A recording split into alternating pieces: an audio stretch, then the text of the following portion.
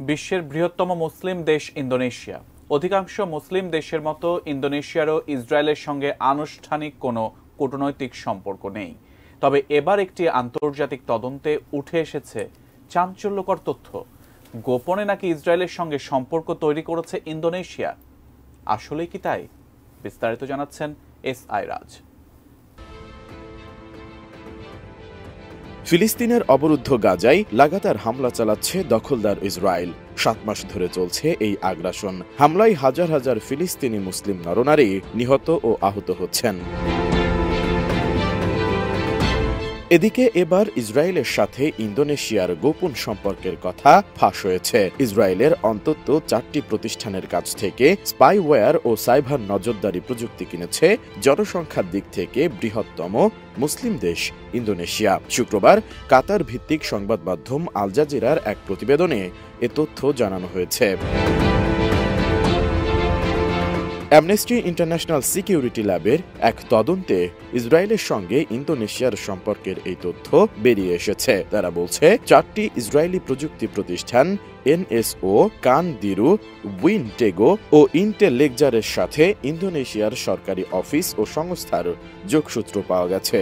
এছাড়া জার্মান প্রতিষ্ঠান ফিন ফিশারের কাছ থেকেও নজরদারি প্রযুক্তি কিনেছে দ্বীপ দেশটি। এর আগে বিরোধীদের ওপর নজরদারি করতে বাহরাইন ও তুরস্ক ফিন ফিশারের প্রযুক্তি ব্যবহার করেছিল।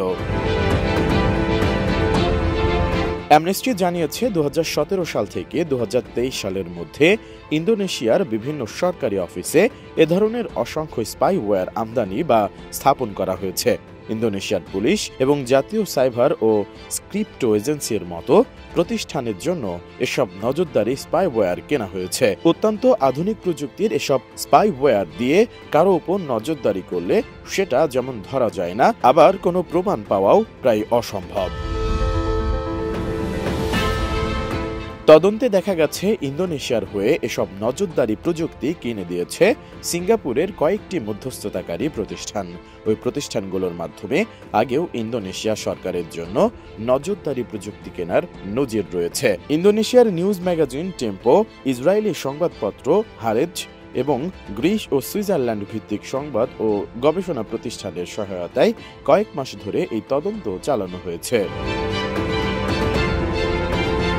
তবে এটাই ইন্দোনেশিয়ার ইসরায়েলি স্পাইওয়্যার কেনার প্রথম নজির নয়। গেল বছর টেম্পো এক প্রতিবেদনে জানিয়েছিল ইন্দোনেশিয়ার সরকার আলোচিত প্রযুক্তি প্রতিষ্ঠান এনএসওর পেগাসাস সফটওয়্যার ব্যবহার করেছে।